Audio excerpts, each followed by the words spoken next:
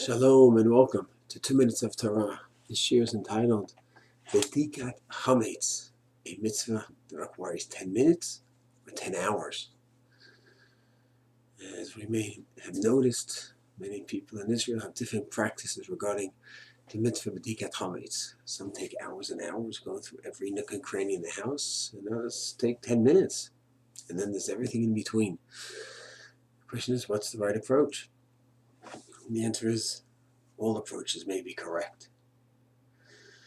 One approach could be very simple. There's a mitzvah, according to the Mishnah and the Gemara Pesachim, to go ahead and check every place in the house on Bedikat night. This year it's going to be Thursday night, to check every place in the house where chametz was definitely brought or possibly brought. And therefore, comes Pesach night, the night before Pesach, Thursday night, the dining room, the living room, the bedrooms, the pockets, any place where a person may have brought chametz in, that place has to be checked. And therefore, it's going to be a long process, hours long, and hopefully everyone in the house will split up the mitzvah, and everyone will have a piece of it. And then there's another approach, that yes, there's a mitzvah to check Pesach night, but the cleaning that's done before and has halachic significance. According to the first approach, the cleaning will be a way just to clear out the area that one is checking, but one must check every area. The second approach says, no, the cleaning has halachic significance. And when one goes ahead and checks out and cleans out a thorough cleaning in all the different areas, they turned over the dining room and went through all the different areas beforehand, cleaned out all the places where chametz was brought. So then that's a chametz-free zone.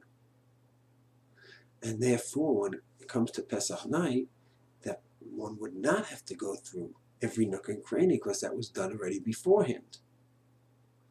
So you have two different extremes, two different approaches here, very extreme differences. One is you have to check every single place at night, and whatever was done beforehand is just a preparatory act, while the other maintains that no, the cleaning has a halachic significance. So the Shulchan Aruch seems to maintain that in Taf Lamed Gimel, that even if you've cleaned beforehand, you must do a Myers Should Bedikat, an act of Bedikat in every area. Shari Tshuva already a few hundred years ago mentions that there are those who are more lenient, where they do rely on the cleaning.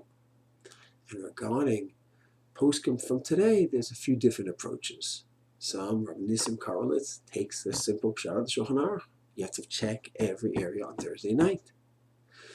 Then you have Rabbi Yashiv, who maintains that the cleaning, if it really was a basic, thorough cleaning, yisodi cleaning, then it could actually be so efficient that when it comes to Bedikat night, you might have a problem checking with the bracha because everything was done already.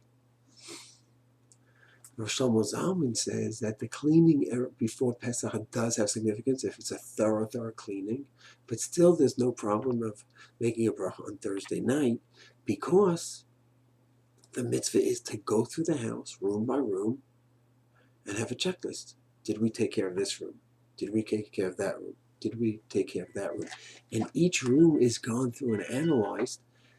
And yes, you're relying on the cleaning that was done beforehand, but your mitzvah is to go through the house and see if that was actually done.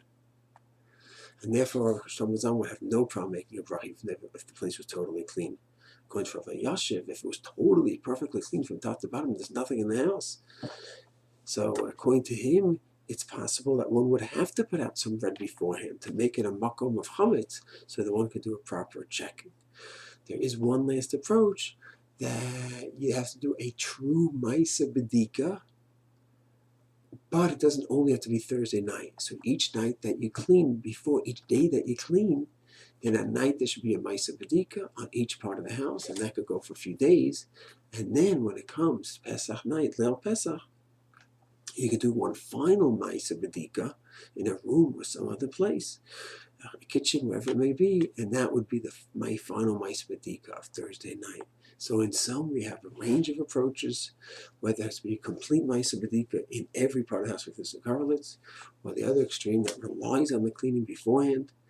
Our Malamed also has that approach of relying on the cleaning beforehand and then doing the approach, the Bedika at night, where you're just checking room to room to see and make sure that each place was in fact properly taken care of for Pesach.